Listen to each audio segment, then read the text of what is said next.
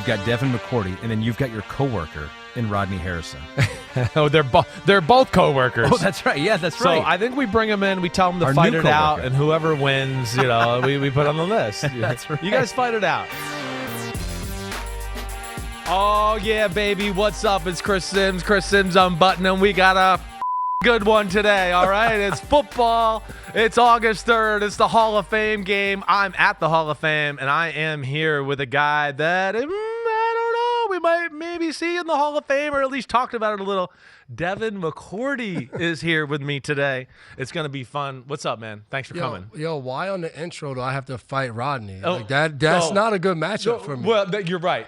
Some things, fighting is not going to, you're right. Well, he's 50, so I'm He going is to take 50. you, okay? He doesn't look like he's 50. He doesn't look though. like he's 50, but he might pull a back muscle or something, right? So I'm going to give you, that's even. In his prime, nobody wants to fight Rodney, Exactly. right? I don't think you lose that mentality. No, you definitely. He's still, I know, Rodney has that, that loose pit bull effect, Yeah, right? Between him and I've done like Zooms with Brian Dawkins, Right. and I'm sitting there like, bro, I would never want to have to go against these guys or anything. But I'm like, man, I wish I would have played with those guys. Oh, So, yeah, right. that would've been fun. I know. I got to play with Brian Dawkins one year, right? Ooh. At the end of his career, he left Philly. I went to Denver. Yep. And I was there. And, of course, he had two lockers. One was his locker, and then the other one was the shrine to Wolverine, right? But I've never seen a transformation of Brian Dawkins. Of a guy like going on the game field and Like, during the week, he was the most soft-spoken, loving guy. You couldn't get him to show any emotion or anything. Walk in the locker room on game day, rolling around on the ground like, "Rah!" and like being Wolverine. that's when you truly see, like, you hear these stories and then you're like, wow. Like going to Baltimore, and I feel bad for all the young guys. Right. You've never got to see Ray Lewis come out, and I got to see it on Sunday Night Football. I was like, damn, this is gonna be a hard this game. is real. They're ready. Yeah. Yeah. When you got guys like that, they get the team ready, and a hell then of you're an right. experience. Right. It really is, and no doubt about that.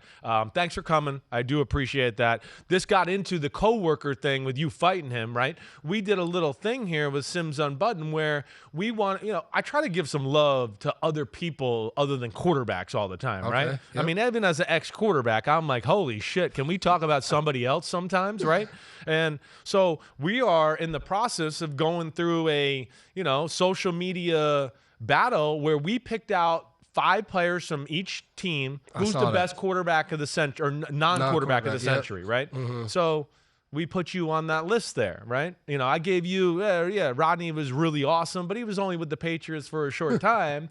You were there forever. You are a Patriots. You're gonna be in that Patriots Ring of Honor or whatever the hell that's only a matter of time. But Hopefully, I'll take it. All right. So first things first.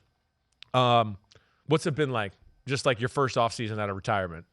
Man, it's been fun. Yeah. I've stayed busy. I think obviously you have a twin brother who retires a year before you. You get to kind of go through it with him and the back and forth we would have. Yeah. But since retiring, whether it's going and meeting people for lunch, going to events, charity events, galas, I've been doing all of that. And then when I first wasn't 100% sure I was going to retire, Right. I went on the media tour. I was like, man, if I do retire, I need a job. I can't be at home. My wife's crazy. Right. She hates when I come home and think like I'm the captain of the Yeah, house. right. And you're doing it to her. She's like, I'm the captain here. I'm like, why are we doing this like this? This should be done like this. This is more efficient. She's like, you got to go. So Yeah. that was the main thing, man, trying to find a job, knowing that I was going to probably retire, and then just enjoying the moment, man, doing different things. And, being up in, New England, I was there all the way up until like 2 weeks ago.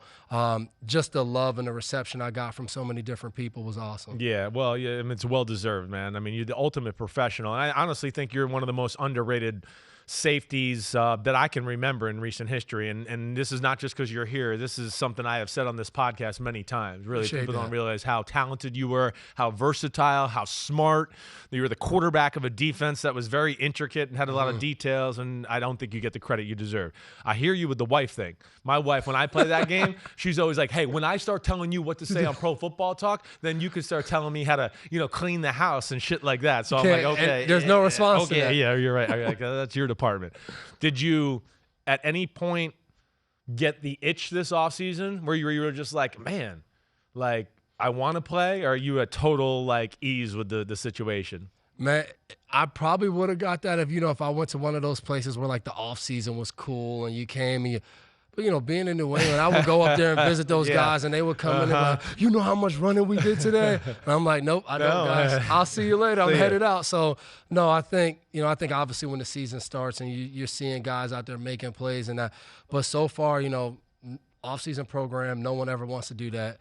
And I've never heard a guy say like, "Hey, I'm so excited to go back to camp." That's the truth. That just doesn't happen. Right? So I have not got that itch. There was a point. I mean, my first year out, I was sad, but my career, I didn't get to fulfill some of the things I wanted to do in the career. Right? You should feel fulfilled for the most part. I hope that. But like, I know there was a point in my first off season where I found it really refreshing, and I didn't even realize I was going to do this. Where I was just like, man, I don't got to wake up and like think about what am I going to eat, and like I got to be perfect with my diet. And like it was the little things like that I kind of enjoyed, where not stressing about, man, I haven't thrown a football in a day and a half or 2 days, or I haven't gone to the weight room, or I haven't squatted in 4 or 5 days, right? And like that was to me like the best thing about retirement at first. And I don't think people understand that, just the anxiety every day. Exactly. You're working and doing a job where the people who are your bosses, their number one job is to find your replacement. Right. Every single day. So no matter in season, off season, you're always thinking like, man, did I do enough today? Yeah. Like, am I going to be good? Am I going to, if I'm going to start, am I going to be able to still be the same player? Like, that's what goes through your mind when you're playing. Exactly. You're single paranoid. day. Yes. You're stressed. So it's just that kind of like, I could take this huge boulder off my shoulders. Right. I can relax a little bit. And then I think for all of us, you find new passions and different things that you want to do. But I don't think anything brings that stress that football brought. Even though you loved it, you enjoyed it, it put a lot of stress on your life. Definitely. You realize like, damn, I had an 8-year career. I was like, damn, I had a knot in my stomach for 8 years. I didn't even realize it. I was always stressing. This feels good now. I know, it does. All right, so the transition here, did you find that easy? Get into meeting? You're a natural. I just want to say that right away. I can already see it. I don't need to see you tonight on Sunday Night Football or anything. I could just tell by our interaction, our rehearsal yesterday, doing this with you. I saw you on, some podcast clips you've done and things like that. But I'm like, has it been easy for you? Do you feel good about this transition and what you're doing? I do feel good, but I think it came from like the preparation. When Jay got to New England in 2018, our marketing guys and everybody, we came up with the idea, like, let's start a podcast. Yeah. And going on a podcast, we would do once a week, but we would do it in between, the off day or that Monday after meetings. We would try to get it in there.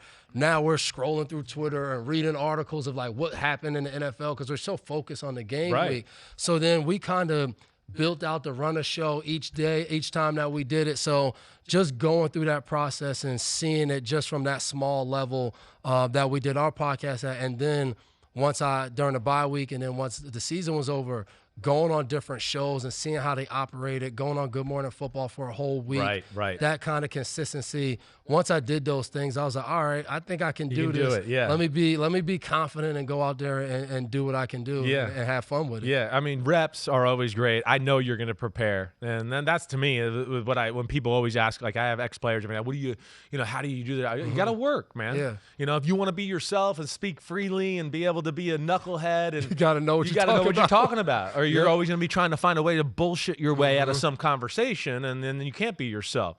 New England podcast while you're playing. Woo!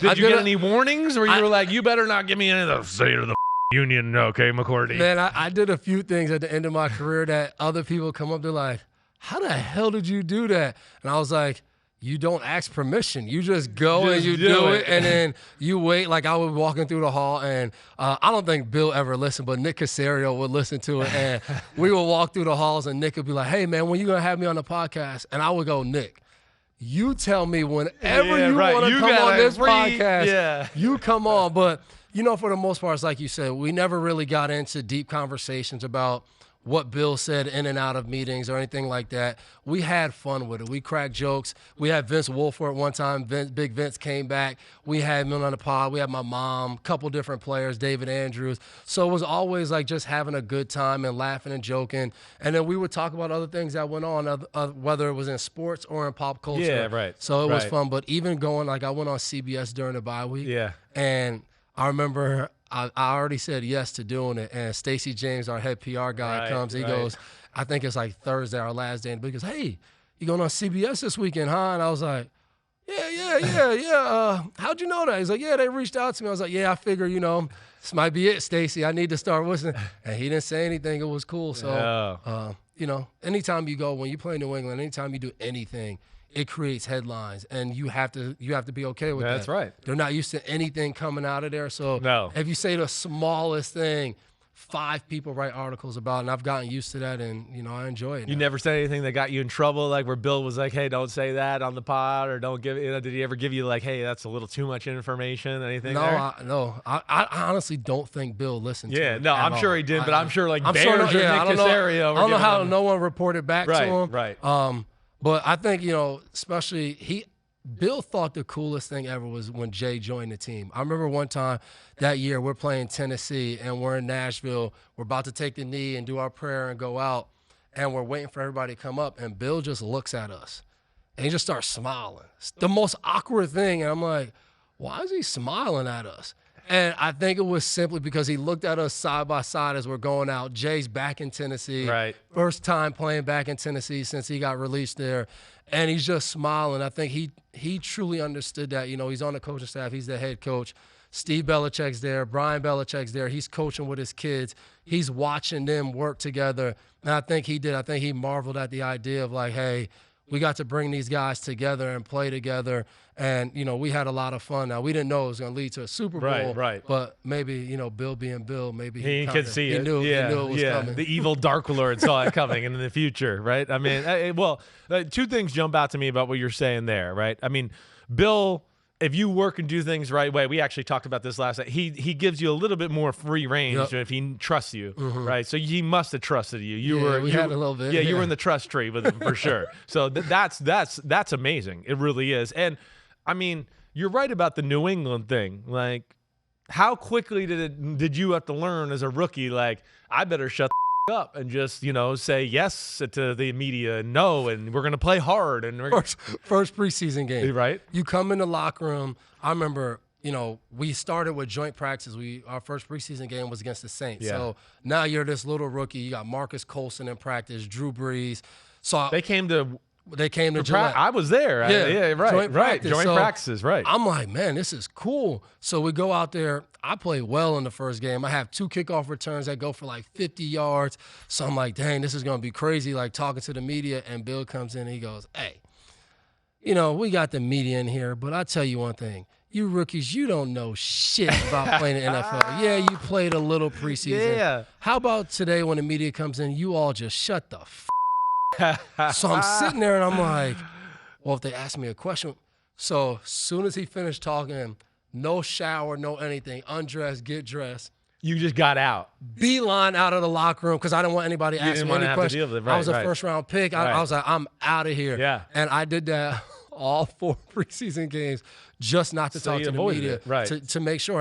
And you talk to the media when Stacy would come and be like, hey, we're going to have you do some media today. Yeah. And as a rookie, that's what you That's what you do. To. So you see that, and then you watch the veterans a little bit, and you start to learn, like, okay, this is how I got to talk. And then you figure out, like, yeah, Bill's telling you that, but he doesn't really mean don't talk. Right. But he's warning you. Yeah, be tight-lipped. Exactly.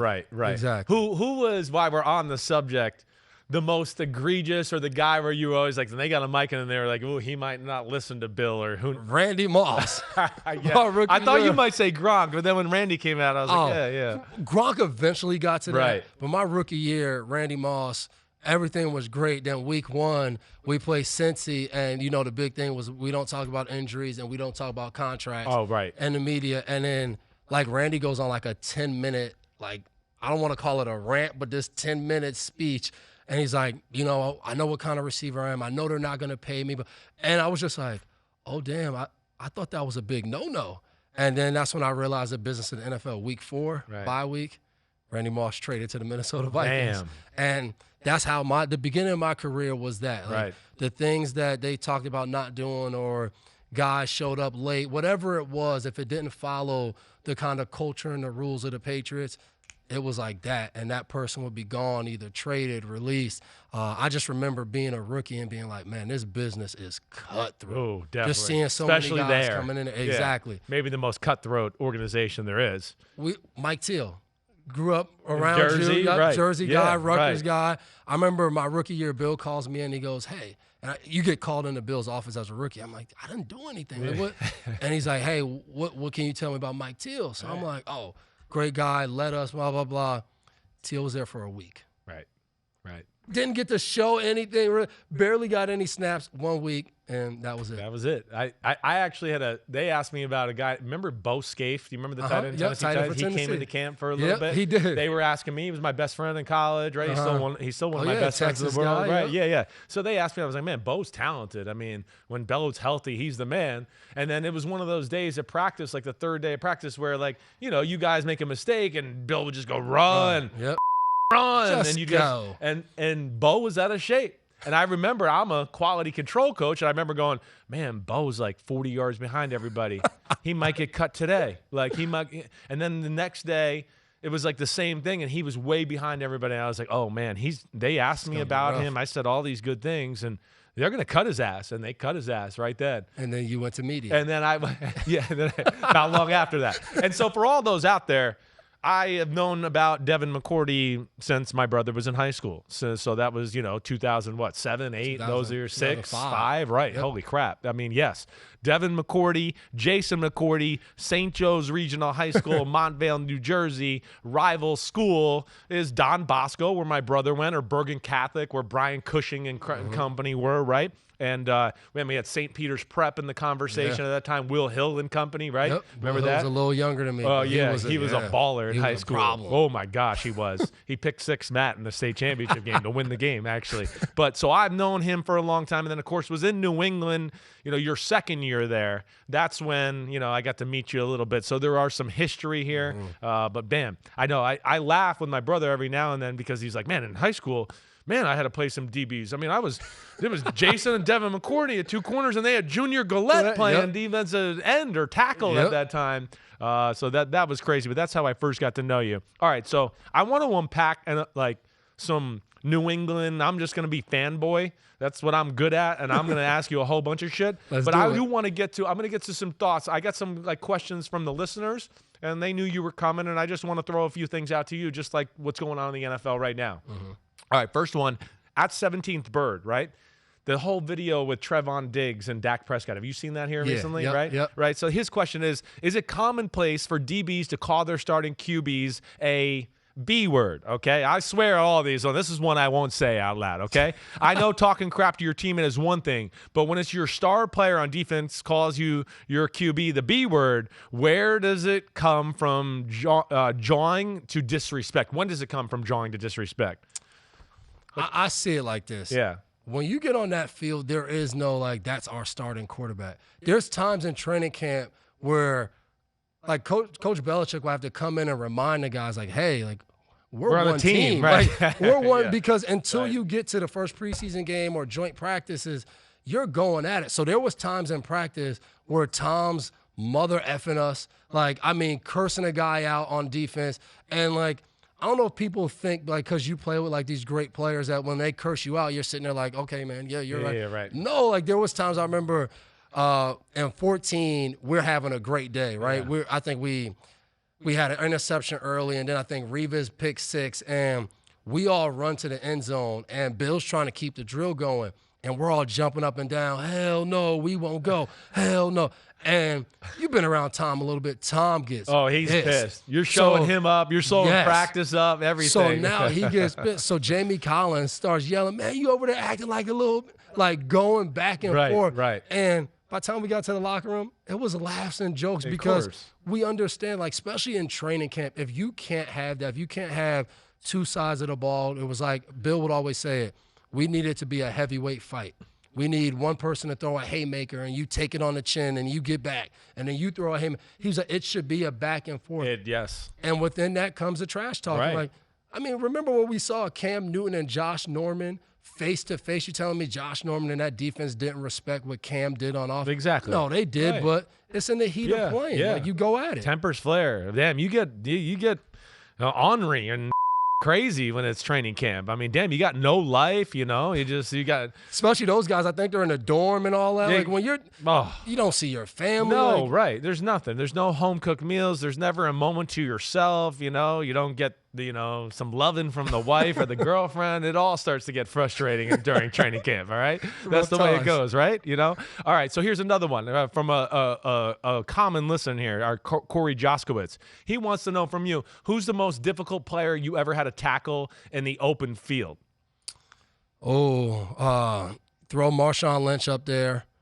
Just because of the pure size and power? Marshawn Lynch was probably number one, and it was because when we would watch him on film, it Right. felt like he was always balanced, right? Everybody remembers his time in Seattle, but early in my career, I played him and even in Buffalo. Oh, that's right. So Yeah. in Buffalo, you would get the 1-2 punch of him and Fred Jackson. Oof. So now you're like, man, then, later CJ Spiller came there, but Marshawn was always one of those guys that when he broke out, you didn't know how he was going to try to get that angle. If he was going to let you kind of think you were going to wrap him, then use that offhand and throw you. Right. So he was always a tough guy. And, I think even, later in my career playing Baltimore, like Lamar Jackson Right. coming out That's there insane. in the open field. Right.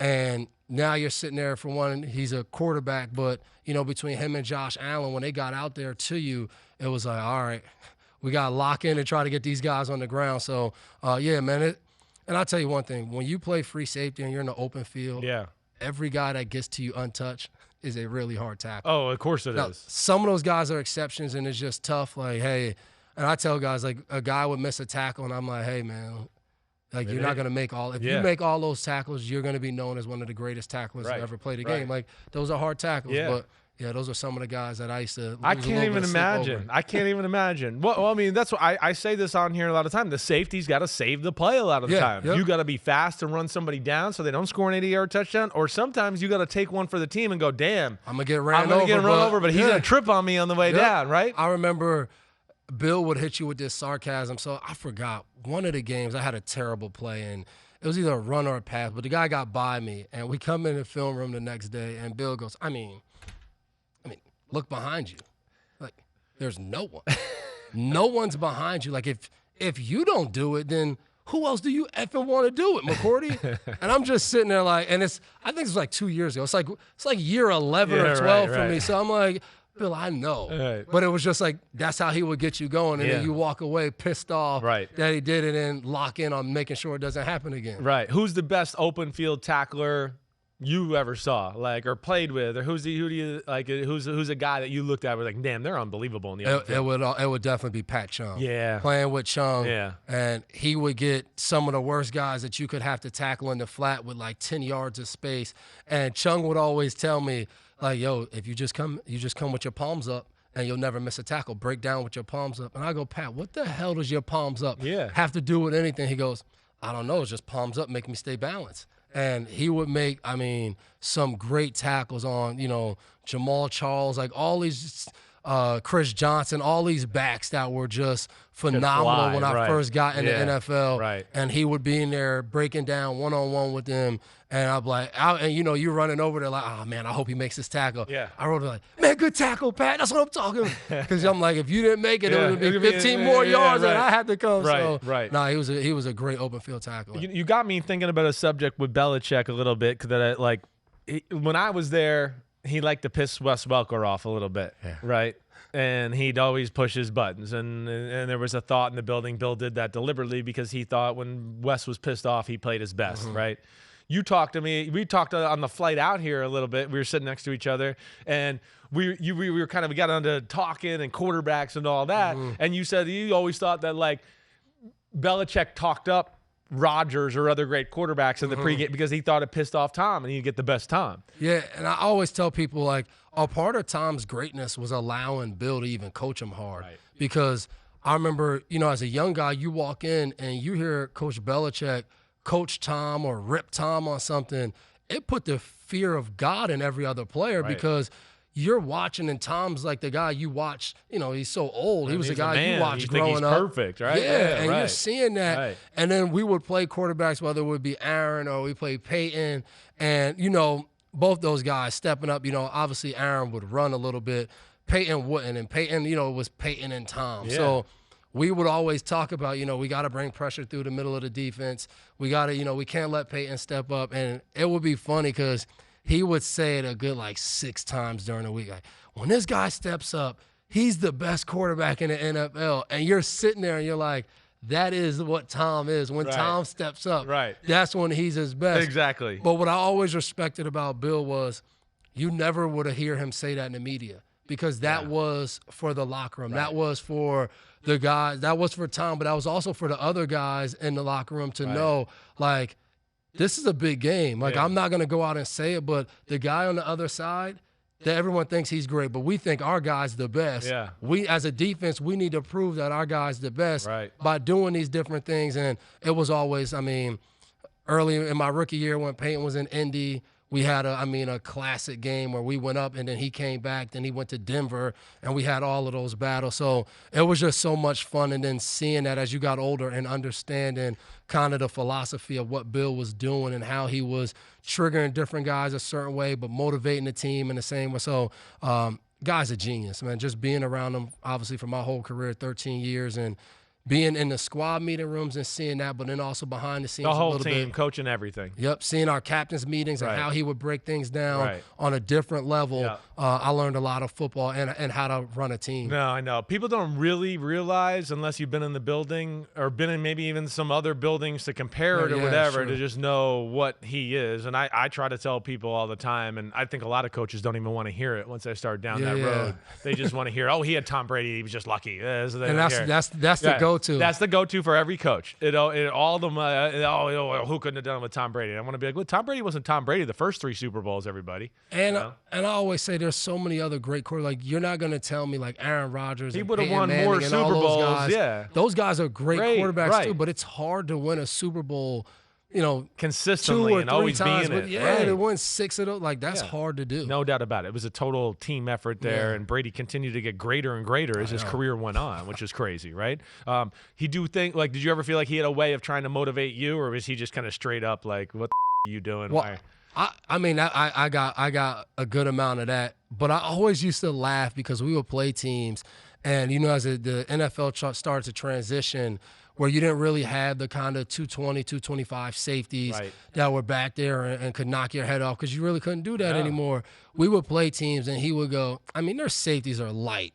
They're all former corners. They're 190. They don't want to really hit anybody. And I would sit back there like, hey, that's me. Former corner, 190. What are you saying about me? So I don't know if he ever did on purpose or he was just going. Yeah. But I would always be like, man, I'm gonna show him. Like, I'm not this former corner lightweight guy. I'm gonna go. So I think all those little things, like, he knew. Were tactical. Yeah, I think he kind of knew. Yeah. Like, the guy starting for us at safety, started for us at corner. Like, I know he knows that, and I'm going to make sure he hears it every time we play another one of these guys. Because he wants you to be physical and act like you're 225 and do whatever else, right? Yeah, it's amazing. You're right. And, he was a part of an era, like, when he was the defensive coordinator for the Giants and all that, where, safeties, linebackers were 255 or 260. Well, our linebackers were still You're really the one of the only teams that kind of held on to that. When I got to NFL, Brandon Spikes was drafted same class as me. A cinder block for a head. We got to the facility. I was like, dude, what position are you playing? Right. He was like, Brandon Spikes. I was like, you're the linebacker from Florida. I was like, bro, you would have played 3 technique for our team at Rutgers. I was like, you're 260. There's our nose tackles, I think, 255. Right. So you would have been a nose tackle for us. Yeah. But that's what we had. And those guys, I watched between Spikes, Mayo, Dante Hightower. I watched those guys come Jamie downhill. Collins. People don't realize how big all those guys are. And they would hit some offensive linemen. Like, I watched Brandon Spikes knock guys clearly out of the game. No doubt. Yeah, that's why I call him cinder block head. Yeah. He was like a sledgehammer. One of the greatest collisions I ever saw in my life, you might remember this, in the stadium, going into 2013 season, Nate Solder got spikes around the goal line. And Fight broke out. Yes. Because I think it was the first time anybody hit spikes like that. I remember it. And the big Russian, Nate Solder, which I called him, the big Russian, he had the big German and Vollmer. That's what I called. Oh, here goes, And he was so proud of himself that he hit spikes like that. Well, and I remember because at that time, Spikes kept knocking people out. Or he would hit a lineman a little bit unnecessary. So Nate hits him, Spikes falls. And Nate got on top and finished it. That's jumps on top of him. So I'm like the first guy over there. So I'm 190, but I'm like, I got to have my teammates back. So I go in there. And as Nate's kind of getting up, so he's on one knee, I push Nate.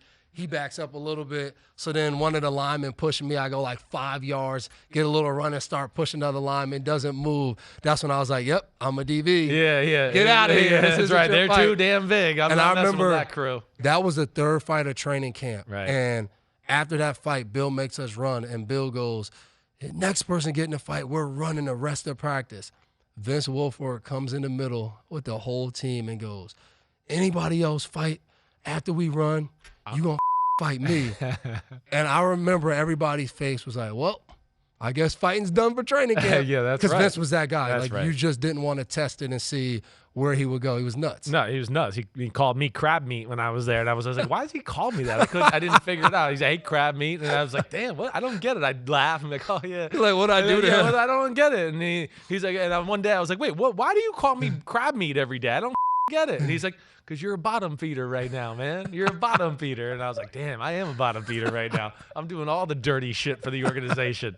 They're master motivators, Belichick. I mean, I learned that because of Parcells, Belichick. My dad always says he didn't realize his first name began with a PH until he got done with the career because it was always Sims, this, that. So, yeah, they're great that way. All right, a few more questions before I start to pepper you here. At Quinn Johnson wants to know the most intimidating player you ever played against. Now, I know Marshawn is intimidating. I don't know if it's the same question, but was there a tight end, a lineman, anybody that you were just like, damn, that guy right there? For me, it was Steven Jackson. Steven Jackson. Steven Jackson. We talked about it the other day at dinner. Yeah. My rookie year preseason game, he came out there. Hercules. Jersey was curled up, abs, 6'2", and you're just like, that dude's a running back. Right. And I just remember coming out, and you know how it goes in the locker room. That legend starts before the game. Like, we're in the locker room, and guys are like, yo, wait till you see Steven Jackson. Wait till you see Steven Jackson come out there. So I would say him, and then the first time my rookie year playing against Adrian Peterson, because as a kid, you watch the highlights. So you watch what he did to defensive backs. You watch how he ran. So when you first play him, you're like, damn, I hope I don't end up on one of those highlights. No doubt. Those two guys were just very intimidating. The size, the way they ran, just ruthless on how they would run guys over. Yeah, Adrian Peterson's on the short list of guys where, yeah, when I was on the field with him and I was holding the clipboard, but I was just going, man, we're not on the same. Nobody out here is on the same level as that guy. Yeah, like we don't deserve to be on the field. Like, we look like peewees, and he looks like he's a professional or whatever. It's little giants. Man, like, it really was. That's what it is. It was unbelievable. He is definitely one of the best players I ever saw in person in my life. How about we got one from International Touch? He wants to know, did you have a go-to pregame meal or routine? I was always a big, French toast, eggs, and bacon guy for all our 1 p.m. starts. Yeah. And then at night, I just always have some pasta and some grilled chicken. When you were in New England and you had a night game, did you guys have to stay in the hotel the whole day? Or were you allowed to go? You were allowed to go home. You were allowed to go home for a you were little allowed bit. to go home. Okay, yeah. that's good. So that was cool until they started having kids. Right. Then you were like, damn, I don't know if I want to go home. That changes a little bit. I would tell my wife, like, hey, I'm going to stay here for a little bit longer, take a nap, and then I'll come back and catch the kids in the back end before I go to the game. Yeah. All right. So that's all I'm going to go with the listener questions right now. Now I'm going to get the Chris Sims questions, all right? So first thing I want to know is, like, when you got to New England, right, one, was the NFL what you expected? Two, right? What was I going to say? The NFL what you expected, and two, when was the moment you went, okay, I can play in this league. I belong here. Yeah. So obviously, I said my brother gets drafted a year before me. He goes to Tennessee with Jeff Fisher. So that gives you a little confidence in itself, right? But he's calling me. He's like, man, we wore pants in practice 3 times all year. Like, yo, the NFL. Because we went at Rutgers with Coach Shiano. It was school. rough. Like, it was old. Right. He was like, man, I'm telling you. How they do it at Ramapo High School in Jersey. Yeah, I know. He told us some crazy Ramapo High School stories. But he would tell me these things. So I'm sitting there my last year like, man, I can't wait. Go to NFL, like, live like a pro. I get to New England, 9 straight days of double sessions, pads, full pads, everyone, right? And I'm like, dude, that's not what the NFL. The NFL is supposed to be cool, having fun. And then the moment that I felt like, all right, I'll be okay. Week 1, we get Cincinnati the year they get T.O. So you got Chad and you got T.O. on one side, and I'm the rookie corner. So go out there, first play of the game. T.O. runs the fade, runs the 9 route. And I remember I'm running, I lean, I look back, and he kind of goes to swipe me by. for the big catch on top of your head, Right, he's and the gonna boss last you. minute, reach back, like grab 3 of his fingers, and the ball, incomplete pass. And I'm like, whew, all right, I'm going to be okay. Like, first way, I mean, it's Terrell Owens. Like, growing up, like, this is T.O., Hall of Fame. And I made that play, and I was like, all right, I'll be all right in this league. I think I'll be able to make it. Right. Yeah, that's That would have went the other way. I don't know. I don't know. Yeah, then you got Ochocinco. I mean, he must have been like gushing about Ochocinco because that was like his favorite player. Before he got to New England. And then Chad, the week leading up to the game, finds my Twitter. So starts tweeting me and Darius Butler, his 2 starting corners. Right. Can't wait till Sunday. I'm gonna embarrass you guys, like talking trash. And it was an awesome moment for me because I was like, yo, Ochocinco just tweeted me. I was like, hey man, tweet me again. I got so many followers from you just tweeting me just now. But yeah, I think with Bill talking about Chad, but we had a little bit more of a plan for Chad going into that game. But Chad I think finished with like 175 or something. He just he still had a big day. It was he had a big day. Yeah, you couldn't stop him in his prime. He was damn good. I mean, he really was. All right, so when now you're rookie, whatever, your first few years in the NFL, or what, I don't even care your first few years in the NFL. What do you think was traditionally the most intense, stressful week for your team, the opponent or whoever it was, right? Like I know Jets week was always a big week because Bill wanted to give it to the Jets and they were in the AFC East and, they kind of screwed with him there early in his career. When did you always feel like the coaches and everybody were the most tense? It was always Peyton Manning. That's what I thought you were going to say. And then it was if we played a coach that was in New England before. My rookie year, we played Cleveland, and Brian Daboll was the offensive coordinator for Cleveland. Peyton Hillis ended up beating us, I think, like 40-14. And then the different offensive coordinators that I wouldn't know when I was young, but like traditionally have given Bill problems through the years.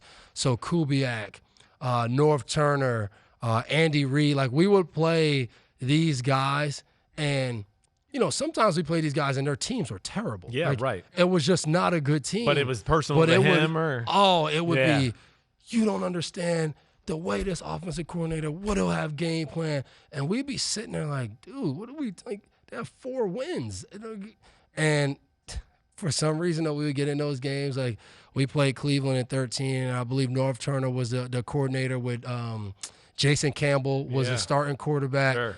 And I think they might have had 4 or 5 wins at the time at the end of the season. We had to come back and only won because an onside kick, because their game plan. But this was also Josh Gordon. Like Josh Gordon took a slant. The 80 skinny yard post down the left side there. Yeah, I remember. But the game plan and what they did as an offense. They knew Bill. Exactly. Right. And those would be the worst weeks for us. Right. Just dealing with that. Peyton, former coach, or one of those offensive coordinators that had traditionally done well against Bill. I got to be on the other side of that in 2009 with Josh McDaniels and the Denver Broncos. And funny thing is Josh the whole week was like, we're not going to outthink Bill. We're not going to outthink Bill. But, I'm going to try to find something I know he does. And, like, we went to Wednesday practice, nothing. Thursday he came in with, like, this smile on his face and, like, he had figured something out. And just quick for you, I don't even know if you know this, but he remembered that if we get in the Wildcat, the defense will automatic check to cover 3, right? So we got in the Wildcat with no Sean Moreno, and then he would bring the quarterback back in and we'd run our regular offense, and they never know really the coverage. We knew the coverage, and we ended up upsetting them that day. But I could see where Bill would be stressed about the guys that know him a little more. Back then, the next year when I got there, we had 2 Wildcat calls like that. I bet you that was why. Was it. It was Fire 2 and it was Fire 3. I bet you he added one more just because he was like, like I can't like. And Josh. I remember, and it's funny to know that because then we used to get into if we have time. Gotta get out. Let's check a regular defense. Right. And that was always my job. Like if you think we have time, get us in a regular defense.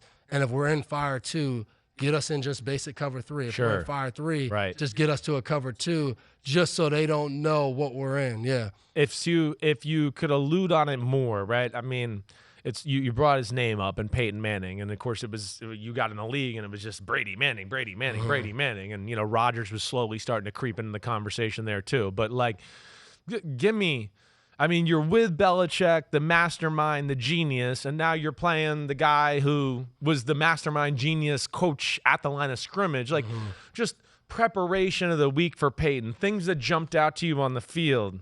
You know, he's more physically gifted than people want to give him credit for. But just go ahead. Just the floor is yours on this one. Yeah, man, I think especially because I think we might have played Peyton, call it like week 8 or 9. So I had already experienced what preparation looked like, right? We played Phillip Rivers during that time. Right. I think we played, I don't remember if we played Big Ben before or after that, but I had some quarterbacks. Yeah, and I got in a rhythm of right. how we're going to prepare, what we're going to do. Right. And we get to that next week, and you know, we played the game before that Sunday, and, you know, they kind of end that meeting Sunday night and Monday like, all right, we need to get ready. This week's going to be totally different. For you rookies, it's going to be a week like you've never had before. And I'm like, what the hell are we talking How could it be more intense than it already is? And we come in, and they're like, all right, we're not going to signal any calls. Nothing's going to come from the sideline. Everybody's going to get little wristbands with calls on it, with a number on it. Everything's going to be done by a number. And I'm like, yo, what are we doing? Like, we haven't done this all year. And James Sanders, Brandon Merriweather, they was like, bro, you don't get it. Playing this guy's different.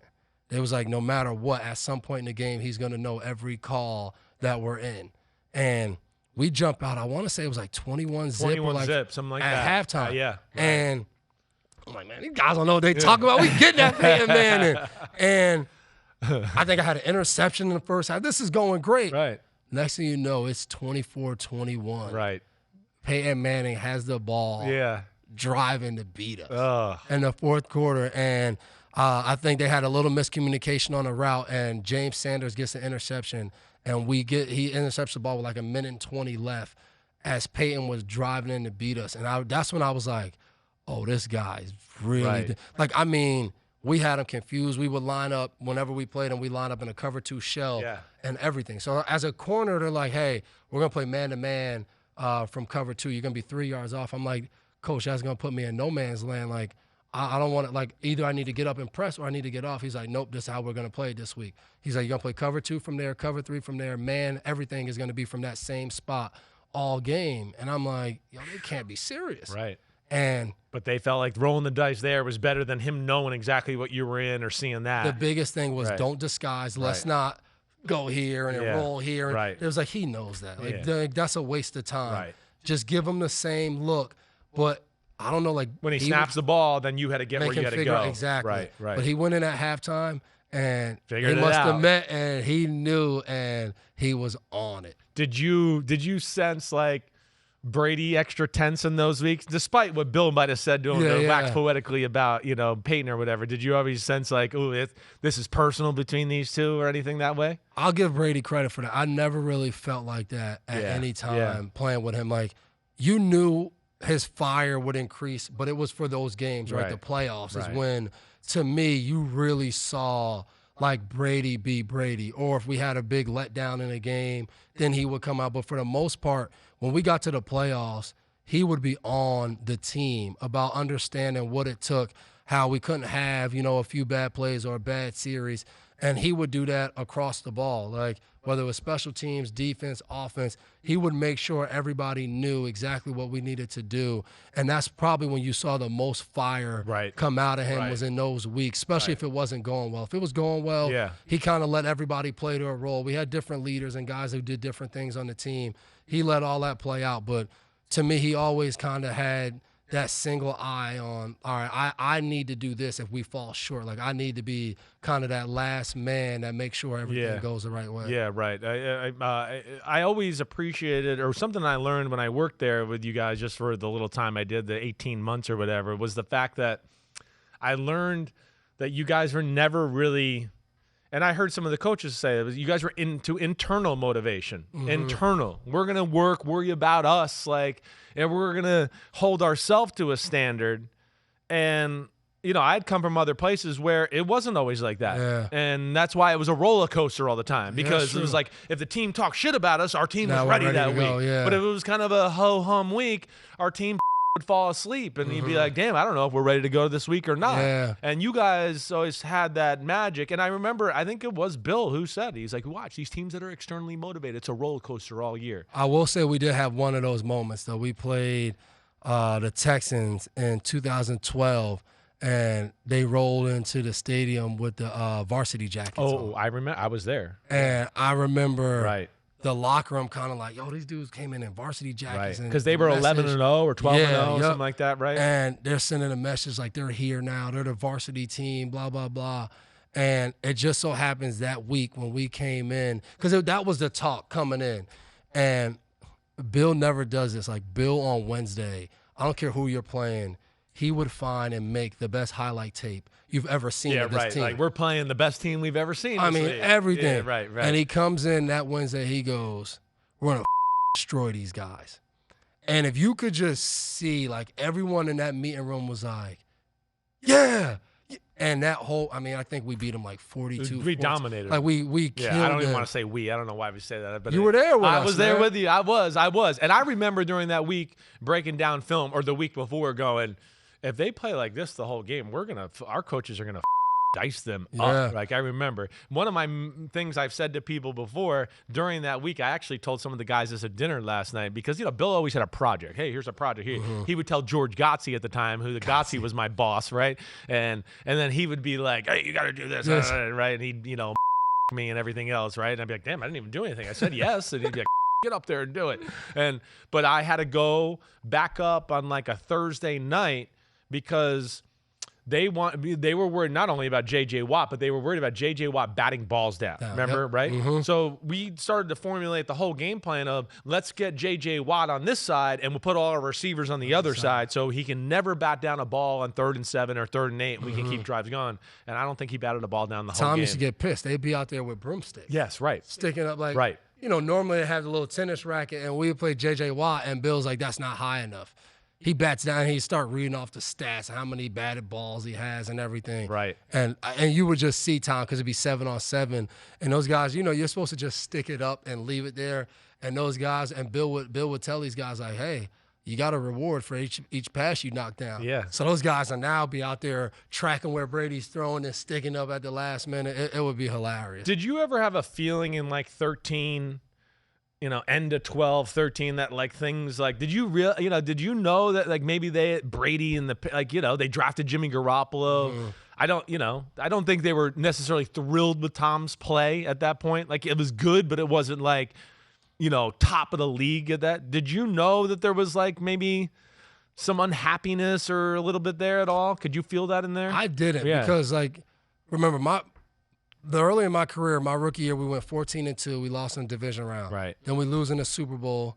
Then we lose in the AFC Championship, lose in the AFC Championship, and then win the Super Bowl. So I'm like, what else are we looking for? Yeah, right. I get it. In a perfect world, we win the Super Bowl all those years. Yeah. But, who does that? Yeah, right, but I'm like, out of all of these years, you get my first 5 years, I played in 2 Super Bowls. Right. And 2 AFC championships. 1 year that we had the best record in the NFL. My rookie year, the Jets beat us in the divisional round.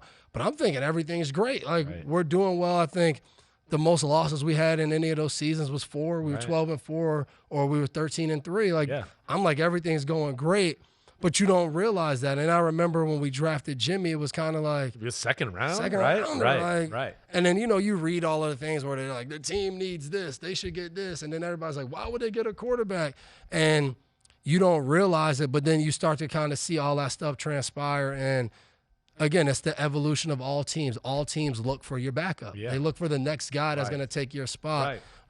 It was deep in his career. You're thinking traditionally quarterbacks are coming to the end here. Right, yeah. And again, I do think he took that personal. I think all players take that personal. Agreed. I think every player, if you draft a guy at a certain level behind them, they're going to help him but they're going to be like, oh, you think I'm done? Yeah. All right. Yeah, I'll show you. Exactly. And I think that's how 12 is. And I think he's always going to be like that, even in all of the things he does next in life. That like he has an underdog mentality. Yeah, I agree. I that's why I think if he announces games for Fox, he's going to be awesome, because I know he works it. He's passionate. It's Brady. I have tremendous respect for him that way. All right. Other than that, right? Brady gets a lot of credit for that. And he should. I'm not saying that, but you guys had a lot of great players. Who do you think was like the most underappreciated Patriot that like the public doesn't know about how good they were to winning Super Bowls, or even maybe the years you didn't win the Super Bowl. But like, because one thing that sucks about football, there's so many players, so many good players get forgotten about. And I try to bring that up here all the time, where it's like, yeah, he's not a Hall of Famer, but this guy's a legend of the sport or a legend for this team, and we can't forget about that. Anybody jump to your mind there? This guy's going to love this because he always feels like he doesn't get enough credit. I'll say Rob Ninkovich. Oh, yeah. I think on our defense, people know how great Chandler Jones was, but they knew more about that when he left, right? He went to Arizona, dominated. Hightower made a lot of big plays in big games. Mayo was an all-pro player, Pro Bowls, Vince, same thing. But Rob Ninkovich was kind of a journeyman at one point, playing in Miami, comes to New England, really as a special teamer, backup long snapper, and gets on the field and just starts making plays, getting sacks, interceptions, playing like that kind of DN outside linebacker tweener role. Like I always thought Ninko did a great job for us and never really got the credit he deserved for what he was able to do for the team year in and year out, of always being able to kind of rely on him being in that. I mean, there were times we paid guys that played behind him more than what he was making, and it would always piss him off. I'll give Ninko his credit. I thought he was a great player. That's a good us. call by you. Yeah, I mean, he was phenomenal. 3-4 outside linebacker, was a better pass rusher than people realize. Exactly. Strong as hell in the run game. Did everything right. Yeah, he's total New England Patriot all the way there. All right, that was a good one. All right, how about the best team you ever played on? What was the best team? Was it one that won the Super Bowl? Was there one that didn't win the Super Bowl that you think was actually the best? I would say if I had to rank them, I would rank the team that won the Super Bowl in 2014. Yeah. My rookie year, team that went 14-2. And he lost the Jets and Rex Ryan at home on that Saturday night, whatever it was. We beat Aaron Rodgers didn't play when we played Green Bay. I think he had a concussion, but we beat Indy, we beat Pittsburgh. Like we beat a lot of the top teams. We beat the Chargers. We beat a lot of the top teams in the league that year. Right. And lost to the Jets. And then I would say the 2018 team that won the Super Bowl I thought those teams were, the Rams, beat the Rams. Right? Yeah. Like obviously that probably wasn't our most talented offense that year, but I thought the way we were able to, we could throw the ball, we could run the ball with Sony. We could use James White in the passing game, and then I thought defensively we were so multiple. We had guys like Van Noy and Hightower that could go in between playing linebacker, DN. We just had so many different guys that were versatile, and I think that my rookie year that team was special because offensively, we could go 12 personnel. We had Hernandez the best tight end and duo in football. We had those guys, and we got Deion Branch back. Right. Like we had that, and then defensively, we were just a spin-the-wheel team that year. Zone blitzes, blitz zero, man, like cover two. It was pretty cool as a rookie seeing that. Well, I always was amazed in some years the defense would be exotic and crazy, and then another year I go, man, they're kind of playing it plain and simple this year. Yep. And I would say the last few years, I felt like it was a little bit more simple, especially from a secondary standpoint. I would say ever since 2020. We lost a good amount of coaches. We lost different players that were kind of key to those things. But, the years before that, the Rams Super Bowl, we had played 96% man-to-man all game. The AFC Championship against Kansas City, we were 98% man-to-man in that game. Right. We get to the Super Bowl, we played, I think it was 70% zone. Yeah. Like brought out like the quarters the Bears who beat the Rams. I think a little bit of that game plan. We played quarters. We played like a cover 3 buzz coverage with the safety dropping down. And a lot of teams, like, you're not going to really throw out what you did all year in the biggest game. But, like, that was built. That's what I loved about being in New England. Like, once you became a player that was kind of cerebral and locked into how you could attack different offenses and what you could do, it was so fun coming in on Wednesday and hearing the game plan and then being like, man, I think maybe if we did this would be a little bit better. We could be here. And then the freedom. Yeah. Like Bill would always tell us, like, we're going to give you different parameters that you can do, but once you go on the field, like, this is your defense. Like, go. Like, if you see he would always tell me, whatever you see 9 out of 10 times, we're going to agree with you, and, we're going to see it probably exact same. He said, the other time, you're probably going to see something that we wouldn't have noticed and put us in a better play that I even would have thought coming from the sideline. So just being able to be there and, like, we've made plays in games where I've made the wrong check, where I thought, like, from watching film, I remember one time we played Houston, and I'm like, oh, this is a set that they're going to have a condensed formation. I'm checking cover 2. It ends up being empty.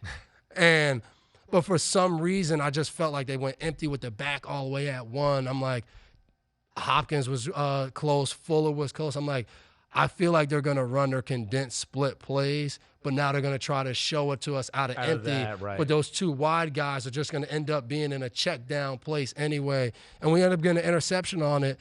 And they were like, why did you check it? I was like, honestly, it just kind of all fit in my brain. I felt like I saw it before on film. Your instincts just came out. And whether we got an interception or not, and I got to the sideline, Bill would be like, why'd you do that? Okay, yeah. I understand. Like, right. He trusted didn't work you. this You're way, in the but trust tree again. Exactly. Right. So I always thought that was cool because I don't know how many other guys or, would get to do that in their defense where a coach would be like, hey, you just changed our whole defense on an empty check that we don't have. Like, what are you doing? Yeah. Where that was never a problem in New England. Brilliant guy, and I don't think people give Bill enough credit for he's got big balls. Yeah. He's got guts. Yes. Like, people don't realize that, right? Some of the things that we would do Yeah. would not be sound. Right. Like, I'm just being honest. He would just take a chance. You He'd would go, draw something up and you'd be like, Coach, but what if they do this? And he'd be like, if they have time, then that's going to be a touchdown. Right. Like, we get right. it. He'd take calculated risks. But Yeah. this is what they've shown us. This is their tendency. They've done it over and over again. We watched it. Yep. Not just this year. We watched it over the last 3 years. This coordinator did it 15 years ago and he would come in and you'd be like, oh, you watched 15 years ago film. Like, I get it. I believe you, Coach. Yeah. Yeah. Well, you talked about Bill, you knew when he was a little scared, right, that somebody knew him. Was there a team or a coach where you always felt like, man, Bill knows them back and forth, and we know their checks and everything, right? I played a game against Bill in 2005, right? And it was John Gruden, right? And he was kind of with the Raiders there before, so it was very prevalent on Bill's radar, right? That we got to beat this. I got to figure out this offense. Of course, he grew up stopping Bill Walsh and the West Coast offense, so he knew the West Coast offense already. And used to tell people that. I used to be like, Bill knows the West Coast offense as good as any West Coast coach there is. Like, it was his obsession through the 80s. If you wanted to beat the Niners, you had to know the offense. Horizontal, yeah. So, I played in 2005, and we would get in certain formations, and I'd be like, they know what plays coming. They know what I just checked to. Yeah. And he would give looks because he knew we were going to check to that, and then he'd go off of it. And so that was like such an experience for me. We got our butts whooped up there. We kind of hung around but lost like 28-0. It was like one of those games where you guys just slowly wore our asses out, right? But did you ever feel that way, like as far as any team? It would always be the coaches that had been coaching for a long time because he would love to pull up, like if we played Chan Gailey when Gailey was in Buffalo, like he would love to pull up film from like 15 or 20 years ago and show us and be like, look, he's still doing the same thing. He's still doing I'm telling you, this guy's not going to change. Right. Like, this is what he does. And anytime we played that and that happened, and I can't think of the coach off the top of my head, but those guys that he would have coached against, for the last like 20, 25 years, whether it been his time at the Giants or like where those guys, because, as a younger player, even as a current player, you wouldn't always know like this guy's coaching history. And Bill would get up there and start telling you where this guy coached in the 80s and the set. And you're like, okay, coach, like we get it. And he would run through that history. And then you would kind of get the feeling like he felt really comfortable going against some of these guys because he had coached against them for so long. Yeah, right. Knew him back and forth. Yeah. On the question of like, I asked you your team, right? That was the best one. Who's the best team you ever played against?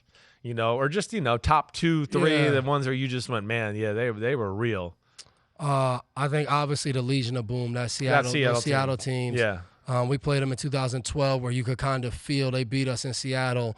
It might have been overtime, I think. It was late in the game. Yeah, it might have been a deep post around the middle. Yep. And you could feel it, right? Sherman yells in Brady's face. You mad, after bro, the game. and all that crap, right? You could feel like that's where they were headed. So then seeing them win the Super Bowl in 13 and then playing that team in 14, I thought that was a really special team that when we played them. Definitely. And then the Denver teams from when Peyton first got there in 13, 14 and 15 when they won the Super Bowl, I thought those teams were, you're going against Demaryius Thomas, Emmanuel Sanders, Then on defense, you got Talib over there with Chris Harris. Von Miller, Chris Miller Ward, edge, the TJ Ward at safety. TJ, right. And Stewart, the other safety. Yeah, you MJ just Stewart. was like, man, these guys, like those teams to me were stacked. That when we went to play them, you knew, like, all right, this is going to be a battle. This is a game of all games that you want to see. I mean, the Pittsburgh teams with Big Ben and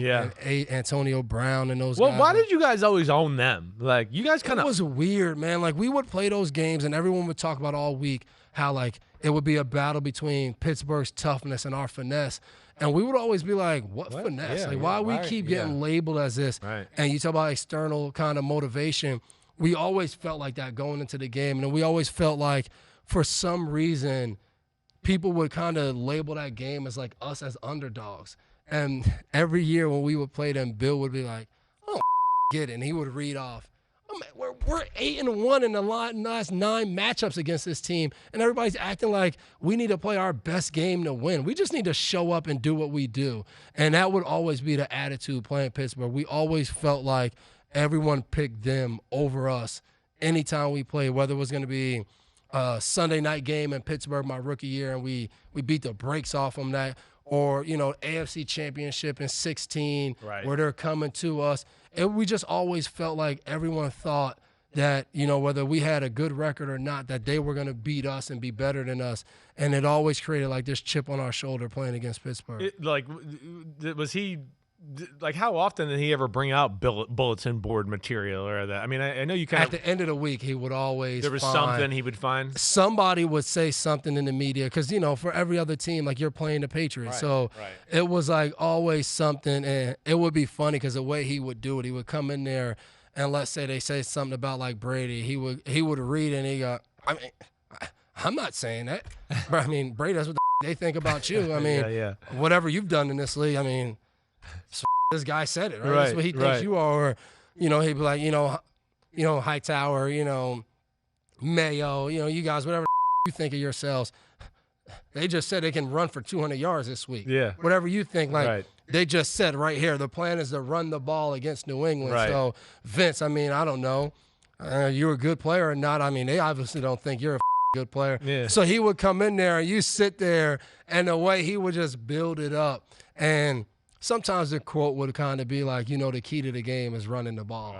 And it would be like, yo, that is a key to the game for them. Right. But he would kind of turn it to make you feel like they just said that, you know, they're going to run all over you. And I always thought that was interesting, and it would only come at the end of the week.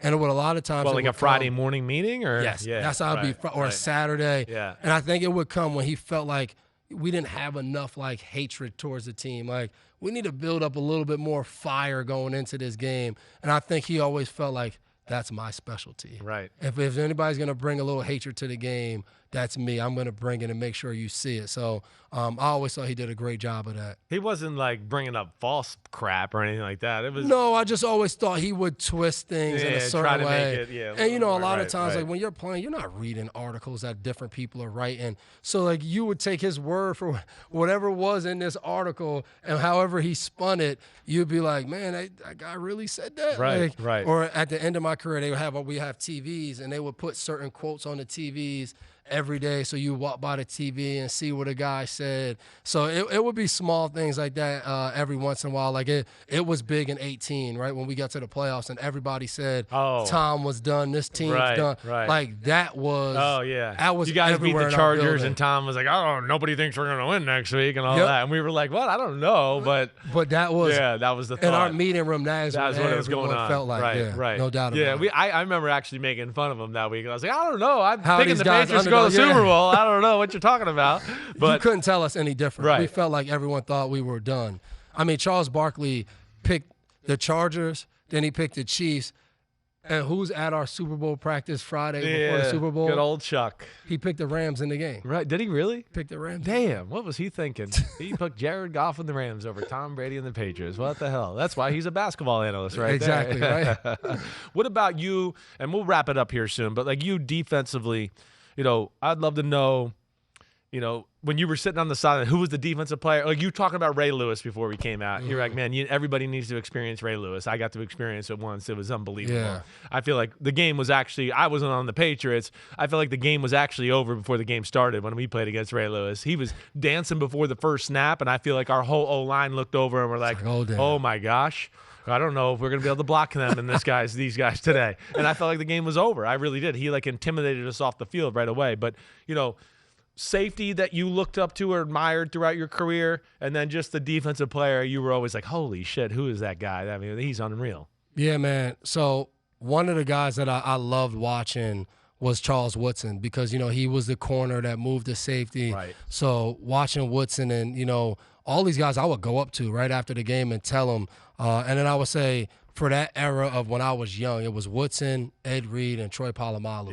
Yeah. Were the guys when I first got in. Right. And I was a corner, but those guys were the safeties where I was like, man, and then as a corner when I first got in, it was Revis and Champ Bailey. Right. For me, going to Rutgers, Revis was playing for the Jets. That's what it was. Like it was, Sundays watching Revis and then coming out in the draft and people mentioning hey, what's your favorite corner? Hey, some people said you're physical like Revis. I'm like, yeah, really? And then my rookie year going to the Pro Bowl, I remember going up to Champ Bailey and being like, man, we had a poster in our dorm of you. That was, in our dorm. And then, later in my career being a safety, the guys I love watching that, I felt like my peers were E. Weddle, who I developed a relationship with, and right. with Tex, Eric Weddle. Awesome dude. I thought he really did a great job of being in San Diego and requesting the money, right? You talk about the markets, we talk about the running back market right now. Eric Weddle taking the safety market to $8 million a year was huge when he signed that deal. And then Earl Thomas took it to $10 million, and watching Earl in the way him and Cam would play together, and Earl would fly around, Cam would knock your head off. Unreal. Those guys were just unreal. So that era, just being able to play with those guys, and I thought, for me, even being mentioned with the Weddles and the Earl Thomases and the Cam Chancellors was really special for me in those early 2010s. And then, Harrison Smith came in and Tyrann Mathieu. Those guys kind of took it over and, continue to take it to the next level. And then now, as an older guy, retired guy, I love watching the position because, people try to create these lists, and it's so hard to make now. And I feel like when I first got in the league, it wasn't like that. Right. Safeties were safeties. Now there's 10 different versions of you guys. Yes. It was clear cut. Like Troy, Charles Woodson, Ed Reed, that was different. They were, those were the guys. And everybody else was, pretty good guys. They were good safeties. But now, each team kind of has a guy that you're like, man, Justin Simmons is really good. Yeah. Quandre Diggs is really good. Right. Derwin James is a dog. You can go down the list. Minka Fitzpatrick, is a all man. these guys. Javon Holland, we were talking about the other day, right? Who doesn't get enough credit. Right. Who I think over the next 2 years, people are going to start to see, man, this dude is a stud. Right. And, we could be here for hours listing and why this guy's great at what he does and why this guy's different, but he's great. So I love watching safety play now. Safety play is, I think it's actually maybe as valuable as it's ever been in the history of football. Yep, because you got to be so versatile, everything. And you can't expect the corners to play man-to-man all the time against these receivers and these offenses right now. So you got to have safeties that can play zone and do all the things the right way. Yeah, you talk about those Seattle guys. I think Cam Chancellor and Michael Bennett are the two of the most underrated, awesome players I've ever seen in my life on the defensive side of the ball. They never get the credit. And it was because kind of Earl and Sherman got a lot of the credit. Yeah, right. For, Cliff Averill was getting the sacks, and Bobby Magner's in the middle, and they got overlooked a little that way. But I always thought that team was ran by the heart of Cam Chancellor. Agreed. The Super Bowl was over in 13 when Cam hit Demaryius Thomas. Oh, the first snap of the game, or the second snap of the game. DT was that, right? DT was the big kind of receiver that if he came in and cracked you, he took your head off. Yeah. Or if he ran, you couldn't tackle him. Right. And I think Denver threw him the ball, and they saw Cam come and hit him, and they were like, holy. That's Seattle 3. Peyton thought he had man-to-man on crossers, and they're going to rub him and there. No, Seattle 3. Yeah, well, it was just about that. Getting a chance to play with Martellus in 2016 and then briefly in 17 before he stopped, and then Mike Bennett coming in 19. They're one of a kind. getting to play with both Bennett brothers was a treat all in itself. Like, no one should get the privilege of having an opportunity to play with both of them. Two of the craziest guys I met, great players. But I think being around them as people was even more satisfying, seeing how their brains work. But, you know, when we played Seattle in 14 that Super Bowl, no one got talked about more in our squad meetings was Mike. I know. I mean, I was talking to coaches up there. You know, you've seen America's game that year. I mean, as the Bill's talking to, that's all he's talking about. If we don't block if we this don't guy, block he numbnuts will of the, he's going to ruin the game. Yeah. Over and over that week. Right. He was unreal. Yeah. I mean, double teamed him as much as we could. Just when he was at that 3-tech, Bill just believed like he was unblockable. He was unblockable at the 3-tech. He started the phrase for me where I think needs to be a defensive stat, where I called it. When I first started working in this business, I called the play up. You know, he didn't get a tackle, he didn't get a sack, but he was the reason the play didn't work. Exactly. Right? There needs to be a play up stat. Right. You know, he gets bust through, the running back got to go a different way, the linemen run into each other. Somebody else gets a TFL, and somebody gets a tackle. It's because of him. It's all because of him. Yeah. All right, last thing, all right, because we got enough to do today, and we're going to be talking. But you talked about, like, some of the open field runners and Lamar and all of that, right? But you're the quarterback of a defense. I want to know, were you more amazed the first time you saw Aaron Rodgers in 2014 in person when he got to play, because you said Matt Flynn was hurt playing that first time? Yeah. Mahomes in 2018. Oh, you putting that? Yeah, that's right. I am. Welcome to the media, mother. All right, and then what about even? All right, just give me who were you more amazed with out of those two the first time you saw him or got on the field? Not film, not whatever, but when you just saw it in person. It was Aaron. It was. Man, because you heard everything about Aaron, and then we didn't play him, like you said, in 2010. And then we go to Lambeau, and we play him late in the season. I think it was either last week of November or first week of December. Cold 4:25 game on CBS. We cover everybody. You look back, breaks Ninkovich down. He's still dancing back there. He runs for 30 yards. Right. Then you come back, you know, he hits somebody where they have a half a step, but the ball is placed perfectly in his pocket. Like, you can't. Yeah. And I think we go in at halftime, and it's like 20-6 or something. They're kind of steamrolling us, and we end up coming back, and we give up, I think, just a field goal in the second half against them. But just like the guy was just so on point, where like early from Mahomes, it was like he would have a mistake here or there, like, you know, a bad throw lead to an interception, but then he would just make a crazy play. He makes some crazy play, Where Aaron Rodgers, it felt like every time we were a half step slow or we were just a little off, he took advantage. And then I have the funniest story. In 18, we play Aaron Rodgers in New England. Again, another Sunday night classic, another Sunday night football game. Right. And we play Aaron, and, you know, we're disguising, so we're given a good amount of, this is in 2018, we kind of introduced our blitz zero, and we would be aggressive, and we would send everybody.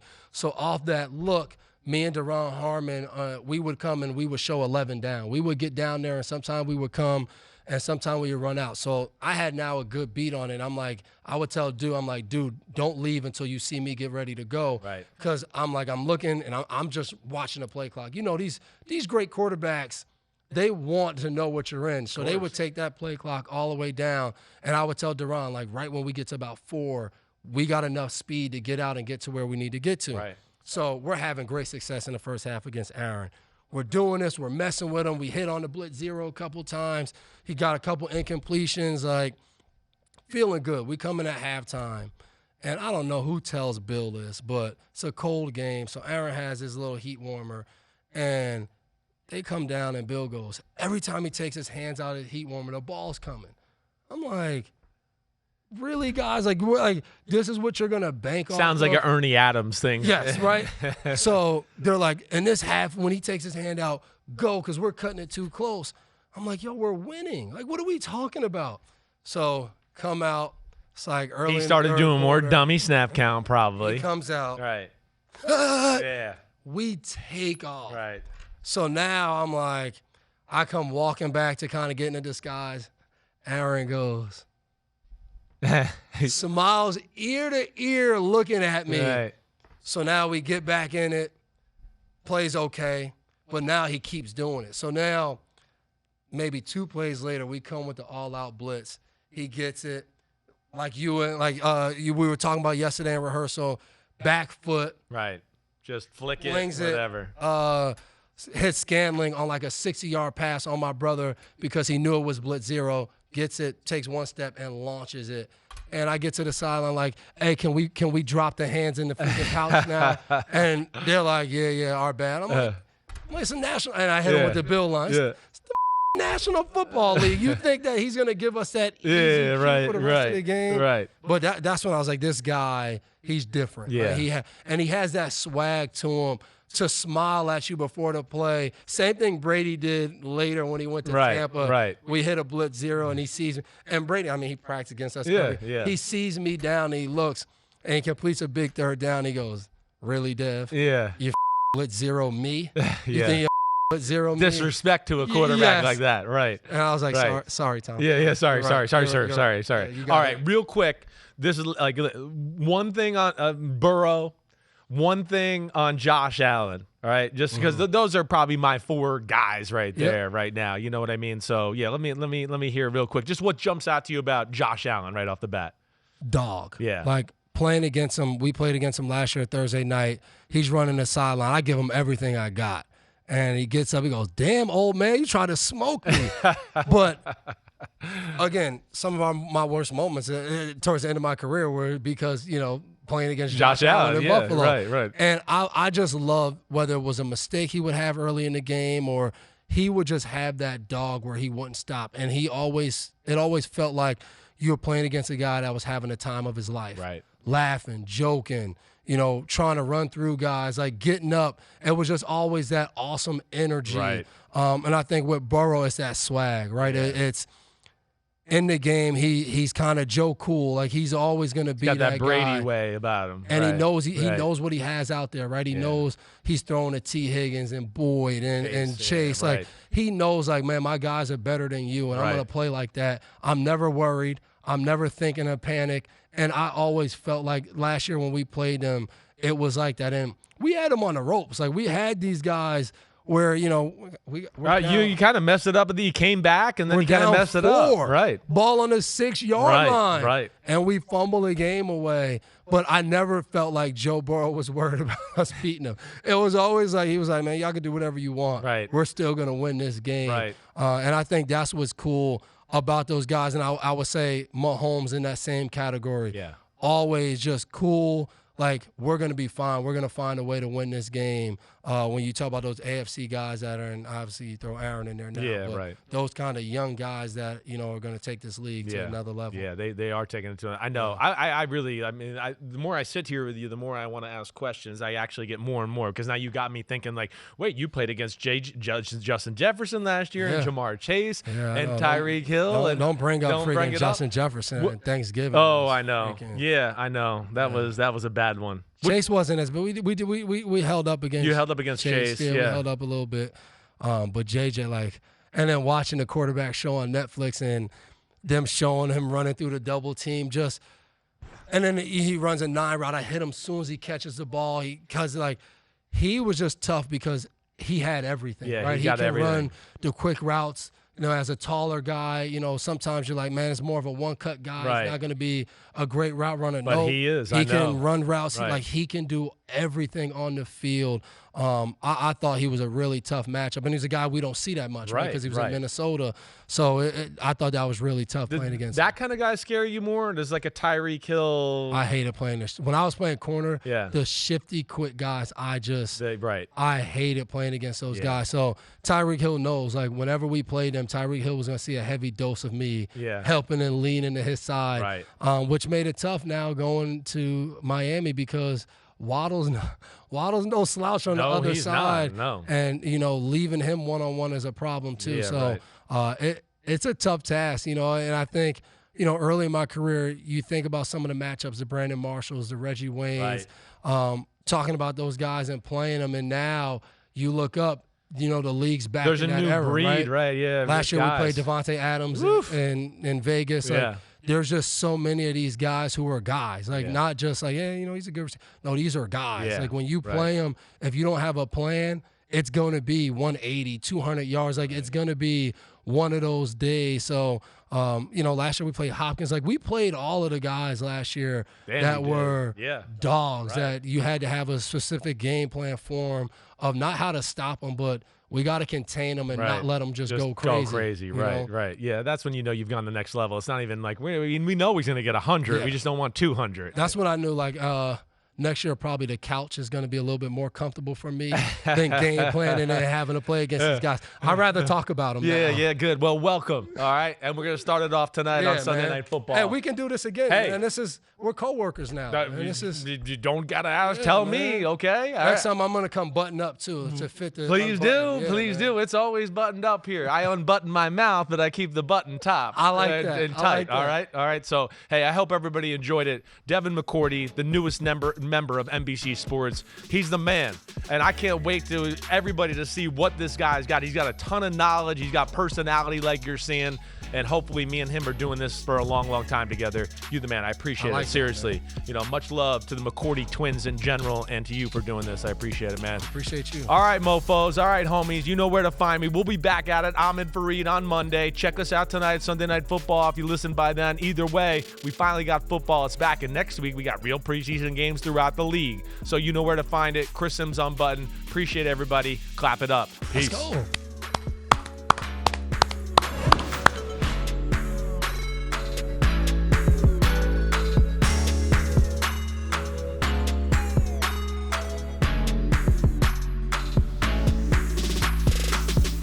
Yo, thanks for watching, homies. I appreciate it as always. The NFL season is right around the corner, so now it's your turn to hit subscribe to Chris Sims Unbuttoned. If you want to get all the training camp battles, preseason film review, playoff predictions, and much, much more, you know where to find it. It's right here, Chris Sims Unbuttoned. Please subscribe. Thanks again for watching. Peace out, homies. See you soon.